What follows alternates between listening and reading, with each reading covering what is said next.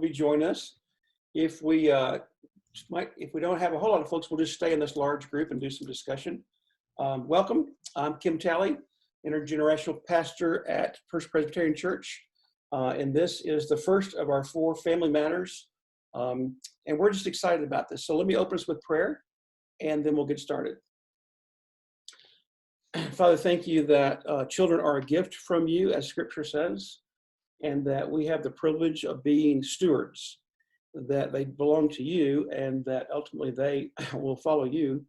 We're just thankful for the privilege of being able to pour into students' lives. We just pray that you'd use this time to help encourage parents that they are the heroes and they are the disciplers, and we want to support them. So bless this night. Thanks for folks that are joining in, and we just ask you to be with us in the name of Christ. Amen. So we've got a lot of staff and elders and such. So a lot of this might be used as training for you to use not only for your family, but working with other families. So about 4 months ago, our denomination, ECO, gifted us with the Access Ministry materials. And Access is an incredible compendium that covers everything about raising adolescents, about young people. And it is a fascinating resource that we want to make available to all of our community. So I'm going to let Kayla's right here, say hi to Kayla. She's over here. We're going to go to the Access webpage and let them explain to you a little bit more about what Access actually is.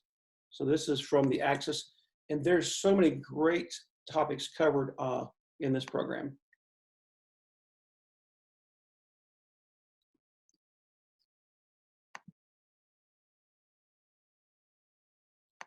I'm afraid I'm losing my kid. Unfortunately, this is a fear that is gripping so many caring adults. It's showing up in everyday interactions and feelings as the months and years wind down towards graduation. They are growing up so fast. What opportunities have I missed for meaningful conversation? I don't even want to think about what will happen when college starts. Life and culture are moving so quickly. I don't know how to keep up with everything in my kid's world. We get it. It's easy to feel afraid or frustrated or like you're lost just trying to even start a conversation. Chances are, you've heard other parents say that trying to have a deeper conversation with their teen is a lost cause. I did the best I could.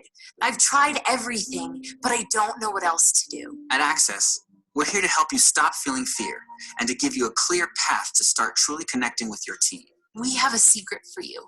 There is still time to create a Christ-centered connection with your teen that can last a lifetime. But I have no idea where to start or what to talk about with my teen.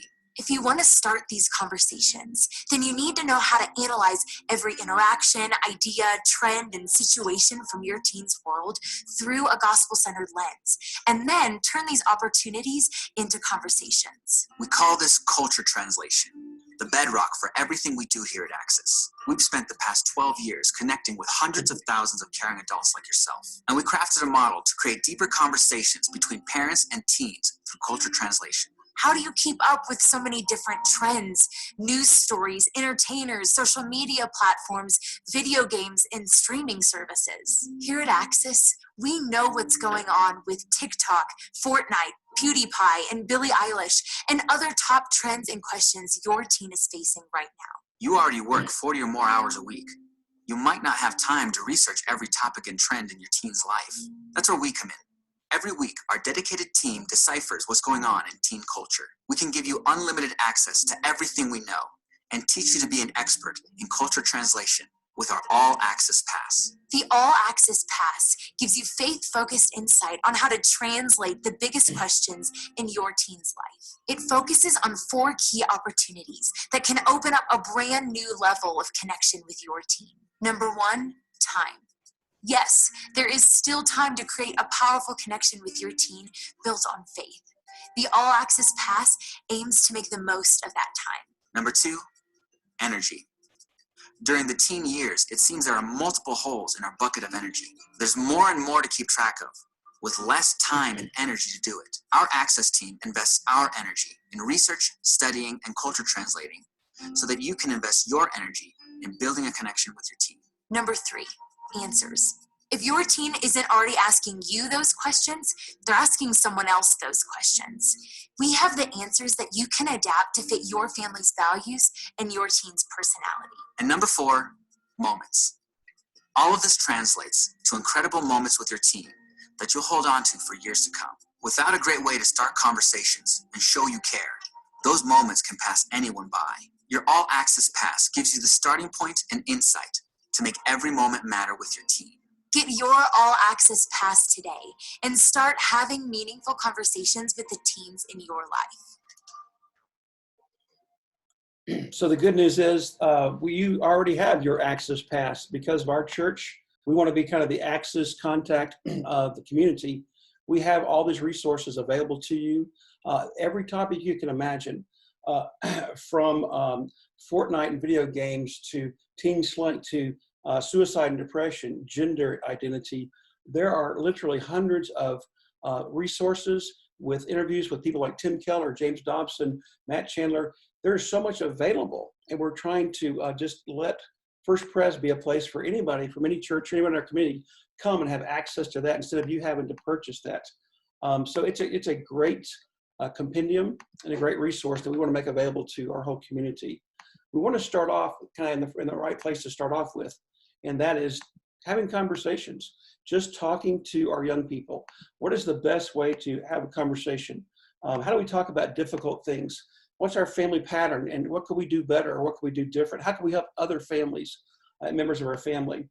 When my son Blake, who's my middle child, was his first day at first grade in Tulsa, Oklahoma, and Trevor's first day in second grade, they came home, they walked across the street from their school, they walked into the house, and Blake, of course, said, "Dad, I know what this is." And he raised his middle finger, and he says, "I know what this means." I'm like, "What?" He says, "It means I want to sex you." And I'm like, let's talk. And so Blake and Trevor and myself had this conversation about God's idea for sexual intimacy. We had the conversation, which is an ongoing conversation. And at the end of that conversation, Trevor was like, "Dad, that's all I want to know. I'm grossed out."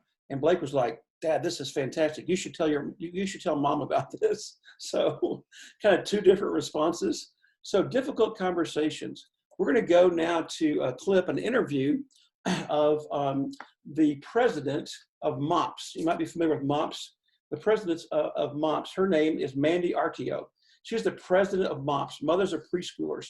And she has a great little clip. We're going to jump into the middle of this interview about just how do you set the foundation and the atmosphere in your home for conversations. Let's listen to this.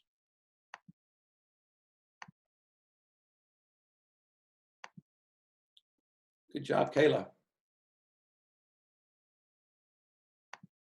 We need to have warmth in the home. We need to have this ability to be able to show that we're not perfect people, but also to then have conversations about the redemption factor, and also have conversations, like you were saying with your husband, of changing perspective on things. So do you have any insight, any wisdom and advice to how to create that warmth, or how to create that openness kind of in your home to be imperfect people, but pursuing the Lord and bringing in the scriptural and biblical narrative into conversations all the time? Yeah, that's such a great question. And we work really hard at it in our home, but it happens like so organically. And one of the things that we work hard on, and it's taken a lot of years to kind of adapt our style, but I think this warmth factor really comes for me out of watching Jesus interact with people. And Jesus is constantly encountering people who are in like severe moral messes, right? And he's never offended, never taken aback, never shocked. Like, he doesn't get riled up about it. Instead, there's always this confidence, and stepping into it, he's like, there is no condemnation here, right? No condemnation. I'm more concerned about fullness of life than condemnation. And then it's always, I don't condemn you. Go and sin no more, or go and be freed from your suffering. And so we just have this posture in our home, like nothing offends us, nothing is off limits. We will talk about everything. And there's a warmth around our conversations because we're not even afraid of you saying, I'm struggling believing in Jesus, or I'm struggling with those things that kind of make our palms sweaty sometimes as parents who want our kids to be super faithful. And so I just feel like when we have open conversations with open hands and not have expectations around them, it creates this environment where kids can really explore their own faith in a healthy way. That's so cool. I believe one part of being authentic as a parent, I imagine, is to start to tell a little bit of your own story, admit your own mistakes. However, there's got to be a balance with, obviously, with respect in the home. You work with preschoolers specifically, a little bit of a young age, I imagine, to start sharing a personal testimony. So for children, for the upcoming family, when is a good time to start to give a light into your own mistakes and be a little more authentic with a child? Because I imagine there's got to be a balance between telling your kids, hey, I messed up too, but not telling them at such an age where they think it's almost their green light to do whatever they want to do. You know what I mean? Totally. So we have this theory in our house where we'll tell our kids about things that we did or mess ups we had like 5 years before we did them, like the age that we did them. And I mean, it's very loose and organic, and we have very honest conversations. But I just feel like when I tell my kids ways that I messed up, they're always understanding in a way and wise in a way that I wouldn't have anticipated. And I think so often as parents, we like hold back and don't say anything. And my husband grew up in this home where everything was a secret, right? He didn't know anything his parents did growing up. He knew there were like some hard things that happened, but it was always kind of under a cloud of don't contaminate the kids with our mistakes. And honestly, it messed them up more. It jacked up like their minds thinking, it made it worse, right, by not knowing. And so we just are really honest with our kids even early on, and that extends into frequently having the hard conversations, right? So sex, drugs. My assistant, we recently had a situation where her daughter was almost trafficked. I told my kids about it, all the details, because I want them to be educated and to know, like, this is a real thing that happens to kids. So I'm a big, big believer in honesty and probably saying it before we think our kids are ready. That's so good. I love that you keep saying conversations. I mean, every time I hear you say we're talking about, having conversations with your kids, but it's not just this one and done. Oh, this happened or this happened to me. It's just ongoing conversations, which sometimes, like you're, depicting, can be messy and can be hard. But just kind of going back to that component you talked about earlier with that fresh start and that grace that we have, and that Jesus displays, to us and obviously to those that we see. So that's excellent. I also think that you are, so good at. So that's some of the great material you can see there. I like the foundation that she lays there. One thing that we want to, for those of you, for your own family, but also working with other families, is to remember what parents don't know is that they're still the hero. That George Barna, also the Pew surveys, a Silver Ring thing, they survey thousands of adolescents, and 81% of all adolescents, the parent is still the biggest influence in their life, even into college, and also until they get married. A lot of parents don't believe that. They think that the peer group is more important. They think the social media has more influence, or a boyfriend or girlfriend. But honestly, the way God has made our children, you're still the hero. The parent is still the hero, and you're the number one discipler of your children. And all of us, the rest of us are there to support you and lift you up as the hero and the steward of your child. So that's the good news, is that even if you don't think they're listening, it's a long life. And remember that God will use you. You're the hero. So let's just talk about some of the just overriding views. For example, these are the kind of things we have in this. This is the Parent Guide to Difficult Conversations. There are literally hundreds about every topic available. But instead of trying to go through all this with you and becoming a talking head, I'm going to recap this for you. And this is available to anyone who would like to, if you want to send it to somebody in your family. So Kayla's going to pull that up. And I'm just going to go through a recap before we step into some kind of small group discussion. It's a couple of helpful things on this we'll walk through. Be sure, I feel like you can write notes, or this will be available also later. So let's go up to the recap before this. Here we go. A couple of things. Rather than something to fear, tough conversations are opportunities for you to help your kids, to disciple them, and strengthen your relationship with them. And a great quote from one of the psychologists was, your kids will talk to you about things that you talk to them about, and your kids won't talk to you about things that you don't talk to them about. Meaning that you're the proactive person. If you're the one that initiates, they will talk. If you don't, they won't talk. This idea that, again, you're the primary influencer. A secondary thing on that, you need to start certain conversations when kids are very young. And I think in the church culture and in our kind of a little bit of helicopter parenting, we want to try to isolate and keep our kids from being exposed to certain things. And certainly that's the role of a parent. But unfortunately, there's a little naivety there. They're already hearing things from the wrong sources and the wrong people, from social media, from the kid next door, from other kids and other families. And so you will be behind if you're trying to protect them from that. And there's no way to do that.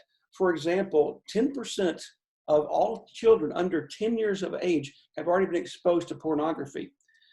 There are families already, we're talking in community, that through just a phone or a school computer have been exposed to things that we would have never ever seen in my generation.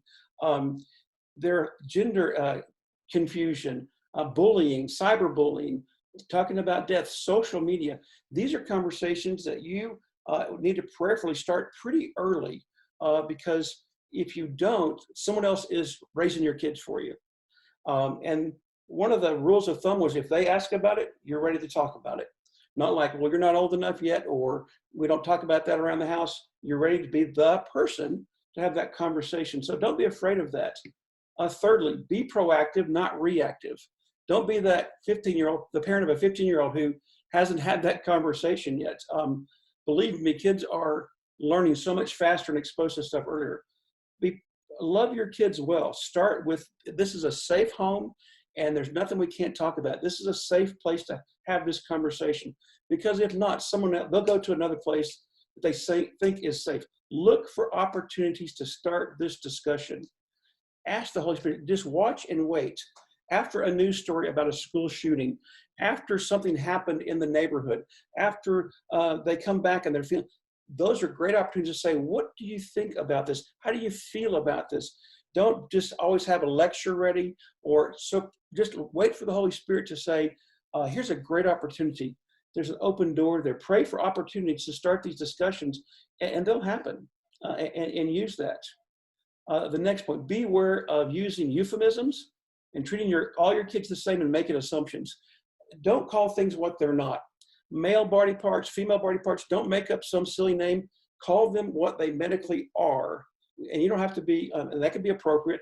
If suicide is suicide, drug use is drug use. Try, again, you have to think about the level and the age of your kids, but they're hearing these words and hear these things. Don't make up sweet little protective words for reality. They need honesty with your wisdom. The other thing is don't treat all your kids the same. My middle son, completely different conversations than my older son because of their personality. What does Proverbs say? Train up a child in the way they should go. And the Greek word there is in the way they're bent. Every child has a different personality. One size does not fit all. Figure out how your kid loves to communicate. Do you know their love language? Have you looked at maybe their, from the different animal personalities or the Enneagram? Do you know each kid? Don't teach each kid the same. One of your kids will want to know something a lot earlier than another one.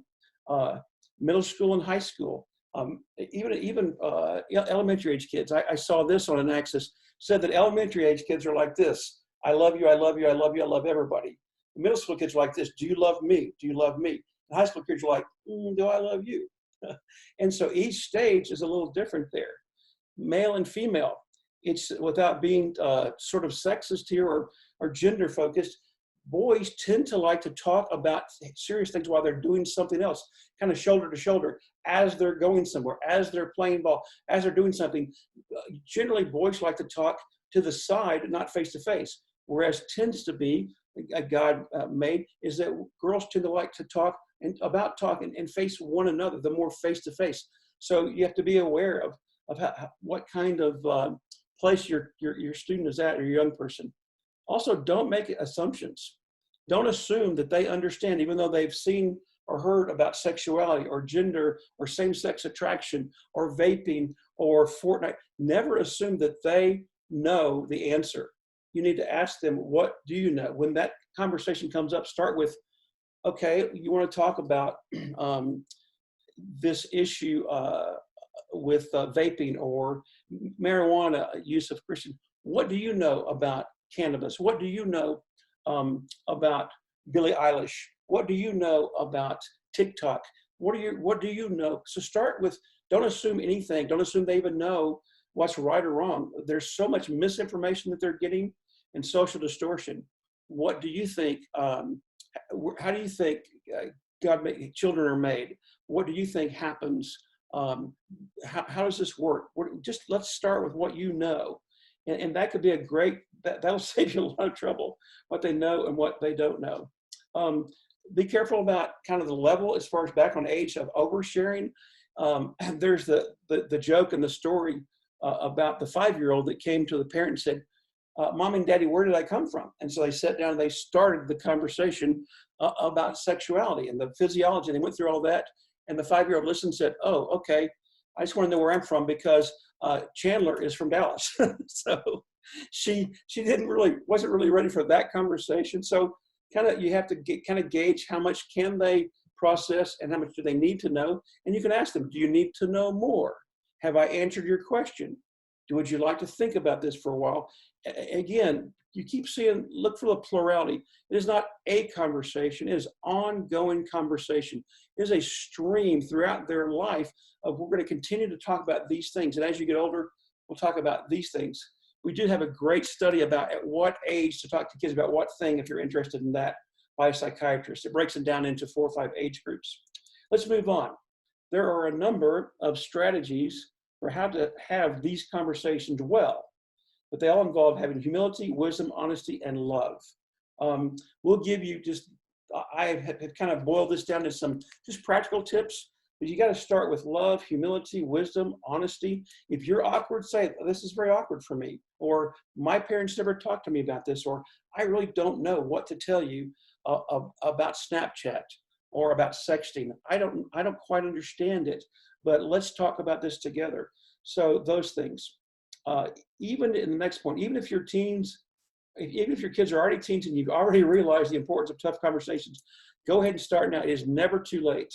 Even college is never too late to start, but start now.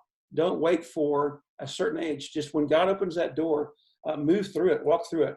Lastly, have these conversations early and often, and continue speaking to your kids' lives even after they become adults.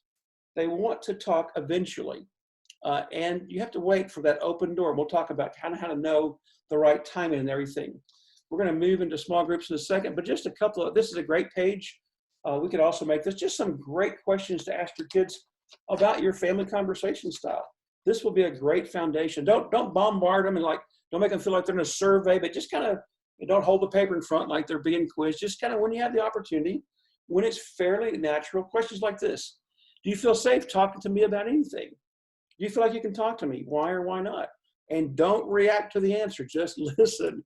If you were in trouble or done something wrong, who would you talk to and why? Myself, Anna, Blake. I get phone calls at 3 o'clock in the morning to a kid who should unfortunately be talking to their parent, but they're calling us. We're about that. But why can't they talk to their parent? Can you talk to me? How can I make you feel more safe and like you can talk to me about anything, even if it upsets me? Do they know? And it's sometimes like, Dad, I know this is going to upset you. Okay. Let's talk. Is there anything you feel like you can't talk to me about right now? I'm not going to make you talk about it, but what are you, if so, what would it take for you to be willing to talk to me about that? When I've had to bring up difficult topics with you in the past, what did I do well? And what did I do poorly? Well, that really opens the door to not, I'm lecturing you and I know everything, but okay, how have we done on difficult topics? How can we do this better? So you're bringing your child into the family discussion. What topics do you wish we discussed more openly together? Is there something that you just need to talk about that you don't think you can? What would help make awkward topics less awkward? Is there a different way to do this? Or should we watch something together? A couple more. What do you like or dislike about how your friends' parents handle difficult conversations with them? they're watching other students, and it kind of takes the pressure off of you and the family. Well, what do you see this family over here doing that you'd like for us to do, or what do you not like about that, and how can we handle that without judging other families? Lastly, even when I have a disciplinary conversation with you, how can I better show you that I do it out of love because that's what's best for you? When we have these, I got to be the parent and I'm going to be disciplining you. How do you feel? Is there a better way to do that? And I'm not necessarily going to let you call the shots there, but I just want to hear what works best with you. With Trevor, it worked best to have a private conversation to give him some time alone. With Blake, it worked best for us to go do something, eat together, and talk about it. So those are good conversations. What we want to do now is let you, and again, we're not all going to be leaders. We're going to kind of put folks into a small group, and this is nothing awkward. Nobody's going to ask you to pray. We just want to have you process this a little bit with some facilitators and just kind of ask questions, and we'll come back in about 10 or so minutes. So you're going to be put into a group, and if some of you were planning on being facilitators, you may not be, but just let's talk to each other about this a little bit. What's one thing you got out of it? There's some questions there. So we'll see you in about 10 minutes. This available ages 2 to 6. And then she goes into the tweens. How do you talk to tweens? And then she goes into teenagers. Great practical points. We'll make this available when you see things like that, but thanks for mentioning that. Let's just I'm just going to kind of move fast, and then we're going to let you in back in your groups. Thanks for all that great discussion. This is a good start. I love hearing that, just the openness there. Thanks for leaders. And hopefully this is the kind of thing you can invite people to next week. Say, hey, we have a great small group, and this is a safe place to talk. We're going to talk about some practical tips. What I've done is just kind of gleaned. It's kind of like Cliff Notes of this wonderful whole directory. Just some okay, now how do I do this? What do I do? So we're going to kind of zip through this and then let y'all talk about it. Again, this will be available to you upon request. Also, if you have something you want to say, there's a chat bubble there, right, Kayla, that you can say, what about this? Or I'd like to have that. So feel free to type as you're watching. Let me just kind of walk you through some practical things. Sorry, this is going to be a little bit lecture, but I think it's really helpful stuff. One, invest yourself in being interested in what they are interested in and what they have to say. It's not always talking about you and your job and your work. And hey, I really care. I really want to know. I want to know how's the band, how's basketball, how's your group, how's your friends. Just they really need to know that you really care, not that that they're just kids and that they're boring to you. You have to pray and be interested, even if you have to listen to an hour about Billie Eilish or an hour about something that happens, drama. You got to be interested and pray to be interested or not. Here's the other thing. Listening means love. Kendra, listening means love. When I'm talking to Lisa and I'm going, yeah, honey, yeah, okay. Or I'm like, oh, my phone's ringing. That's not love. I would really recommend that when you are at certain points in your conversation that you, as a parent, put that phone away, that you lead the way by that. You put that phone in another room. What we do on some of our A&O trips, and we sit down to lunch on a retreat, have everybody put the phone in the middle of the table.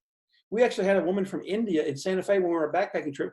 She came up to us, she goes, I don't know what religion y'all are. I saw you praying. What I'm most impressed with is that all the students put their phone in the middle of the table and didn't touch them.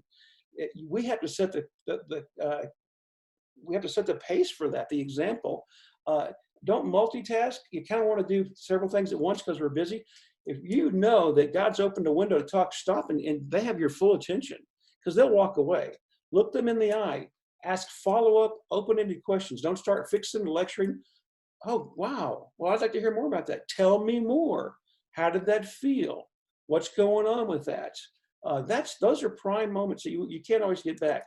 But along with that, try not to grill or quiz, especially at first contact. My kids I just learned. They walk in the door. So, how's school? What happened? What'd you do? What's going on? Who's this? Where'd you do? Or they come in from a date. So, did you kiss him? So, what happened here? Or what happened to, they just don't overwhelm them. Wait for them to process, kind of when you know they're ready. If they think you're grilling them, they know you're just kind of looking for information more than you care. So, be careful about timing and quizzing them, and don't overdo it. My kids used to really get frustrated because I would ask their friends so many questions because I like to know. My kids were like, Dad, back off. Refrain from reacting or trying to fix or correct them immediately. Let them finish. My wife says this to me all the time. She's trying to tell me about a problem at work, and I'm already trying to fix it. Like, why don't you do this? And she'll say this to me, honey, I want you to listen for a long time. I want you to listen. And you know me, honey, I want you to listen for a long time. Just let them finish. Don't say, well, what don't you do? Or go, oh my God, oh, that's horrible. Even if it's the frightening thing that you've heard, try not to overreact, because then they go, well, I can't tell mom because she'll freak out. You've got to pray to be just like, okay, all right, let's talk about this. Establish a culture where your family has open, ongoing conversations about difficult topics. No fear, no shame. Do they hear you with your spouse or with talking about, well, did you hear about this thing that happened? Now, it has to be appropriate, but if it's like, well, mom and I are going to go talk in the bedroom, or we're going to go, you need to leave the room, they're going to kind of wonder, is it secret? They're going to be curious. There are not many things that I would say you should leave the room for, unless you just have to decide, well, this isn't in their wheelhouse. But be careful about saying, well, this is a private conversation, because it's a family. They need to know they're part of that family, and you just have to use Holy Spirit discernment there. Here's a great thing. Be creative and intentional. Instead of just saying, now, we're good. Okay, this thing says we're supposed to talk. And church says, you're not supposed to talk. No. Don't have a list. Don't do that. Just very, very gradual, creative, like, hey, what are y'all watching? Oh, we're watching Stranger Things, or we're making a TikTok. Oh, that's cool. Well, hey, tell me about this show. I don't understand this. What's Billie Eilish singing about? Or what's Taylor Swift's? What's your point here? Or, hey, what do you think about what happened after the game when those guys had a fight? Or heard your friend got, run over by, a boat at the lake, which happened. What do you think about that? Put it in context instead of some out of space question that doesn't have a context. Like, so how did that feel? Or when he broke up with you, or when that happened. So try to keep it in context and be creative with that. Say, man, I don't understand this Fortnite thing. What it looks really interesting, son. What's going on here? Tell me how that works. Show me how you play Fortnite. You've got to move into their world a little bit. Get to know their friends. I tell you what, smart parents, my kids wouldn't tell me things. You want to be that parent that, hey, your parents are cool. Your kids are not going to think you're cool at some point, but other kids are going to say, hey, we want to be at their house. Make your house the place where they want to be with their friends. Make that a comfortable place. And man, get to know their friends. They'll tell you stuff that your kids would never tell you. You have to be careful with it, but you'll learn a lot. But they want to be your friends, and engage them in conversation. And here's the thing: get to know their parents. If your kid's going to go stay with somebody's family, or going to go to a party, you should have conversations with those parents. I'm amazed at the parents that let their kids go places and don't call the parent to see if they're there. This past weekend, 3 or 4 sophomore drinking parties around Amarillo. Parents are gone. Sophomore girl having a drinking party at her house. And Christian parents that are there are sending their kids. I'm like, you've got to check on these things. You're the parent. It's okay to check. Parents should have a network. Okay, did they come to your house? And they need to know you're talking, because that's how a neighborhood, raises children. That's how the Jewish tradition was, that they know you're going to talk.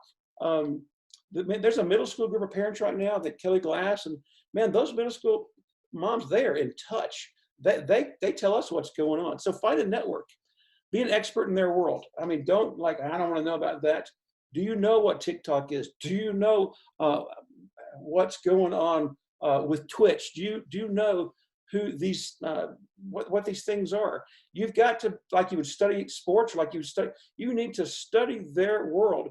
Not try to be the cool parent and try to act like a kid, because that's a turnoff. But you need to research and know when they bring something up, like, what that is. You become the experts. Use their preferences. I know that high school and middle school kids and a lot of college kids don't like to be called. If I'm called, they will not answer the phone. A lot of they won't answer the phone. You text, if you're calling someone, they think it's like emergency. Or they rarely, that's a parent thing, but texting is their form of communication. Calling is a little unique. What social media do they like? Snapchat, Marco Polo. I can connect with my millennial kids through Marco Polo, because they're overwhelmed, but they'll watch those Marco Polos. The number one social media form you'll find out right now for Gen Zs is YouTube and TikTok. That's where they live. Facebook to them is like Webster's dictionary. It is old, and they could care less. Use their communication preferences. We talked about that. Eavesdrop, but be careful. Eavesdrop without embarrassing your student. Just listen. When your kids come in and they're talking, just be attentive. What are they talking about? You're going to pick up a lot by just listening without them thinking that you're being intrusive. Model difficult conversations with your spouse. You've talked about that. Don't go to the other room. Pray and look for natural, comfortable opportunities. As you're driving, God's going to open. It's always you never quite know. You got to be ready for it. You're driving along, and all of a sudden that quiet kid will just start talking. And boy, turn that right. Just let them talk. A lot of times, right before bed, right before that's a great time. Instead of rushing them so much, you're in that bedroom with them. Wait for that time to talk. You're taking a walk with your kids. Now's a great time. Wait for the Holy Spirit. We're kind of running fast here. We talked about each child in their own style. Share your personal story and failures as appropriate. If you're not willing to say this drinking thing, I get it. I do get it. Here's what happened to me. Again, enough to let them know, but not more than they need to know. I messed up, in my sexual life. Again, at the appropriate age, here's what I wish I had done. You've got to be willing to show your failures and how God saved you from that. Again, we talked about ask them what they know and ask them about something. What do you think about same-sex attraction? Do you think it's a problem? What do you think God thinks about that? Ask them their advice and input. Hey, if you were me, how would you handle this? You wrecked the car. You lied to me. You cheated on a test. What would you do if you were me? I'm not saying I'm going to do that, but how would you handle this? Give them some input, some ownership. How would you handle this? Be calm and don't overact. And don't just spout axioms like, beauty is as beauty does. A penny saved is a penny earned. Or some family trite things like that mean nothing to kids. Be aware of axioms or just throwing scriptures out. Honest, humble, teachable, realistic. It's not going to go well sometimes. And that's okay. God's working. Just go ahead and do that. You do the right thing, even if it doesn't feel right. It's an ongoing process. Philippians 1:6. Confident of this very thing, that he who began a good work in you will continue. God, there's an ongoing dynamic with them and the Holy Spirit. So don't be realistic. Don't set yourself up for failure. Well, that didn't go well. Okay, next time it might. If you don't know the answer, tell them, like, I really don't know what to say about gender fluidity. I really don't know what to say right here about abortion and rape. I don't know something. How about I look into this, and why don't we talk about it later? I'm going to pray about what you just said. Let them ask questions. You can ask me any question. That's what we say with our A&O groups. If we're at camp or something in our little group time, hey, there's no such thing as a dumb question. There's no such thing as a wrong question. You can answer that. Get help, man. All the experts are saying it should be about 5 adults deep with your kid. You should be able to identify 5 other adults that your student knows is caring for them. A coach, a pastor, a youth director, a grandparent, a neighbor, your friends. Surround them with 5 other people. Hey, if you can't talk to us, you can talk to Matt. You can talk to Howard. If you can't talk to my mom, you can talk to their mom. Have a resource there. Have a board for your kids. 2 more. Regular dinner dates. Man, this is a single father. I found out that dinner dates were huge. That once a week I would take one of my kids out, just us with dinner. They loved that all the way through, even now. Each one of them in their graduation, I know Howard's done this. I took each one of my kids as a senior on a certain trip. It's just us. They still talk about it. So instead of trying to corral everybody at once, one-on-one dinner time, mom and the son, dad and the daughter, those dinner dates are huge. Then last, give yourself grace. God is at work. Give yourself a lot of grace. As Winston Churchill said during the World War II London bombing, never give up, never give up, never give up. So that's kind of a blitzkrieg. Sorry about so much. That'll be available. We're going to send you back to small groups to wrap up. And you're kind of free on this. We're not coming back here. If your group keeps going and people want to bail out, fine. If you want to keep talking, but at least maybe a couple of key points, pray together. Thanks for doing this. Keep inviting other people. Next week, we're going to talk about social media. If someone missed this, this will be recorded. Thank you for this. Any input you have, and leaders, thanks. We'll see you next week. God bless.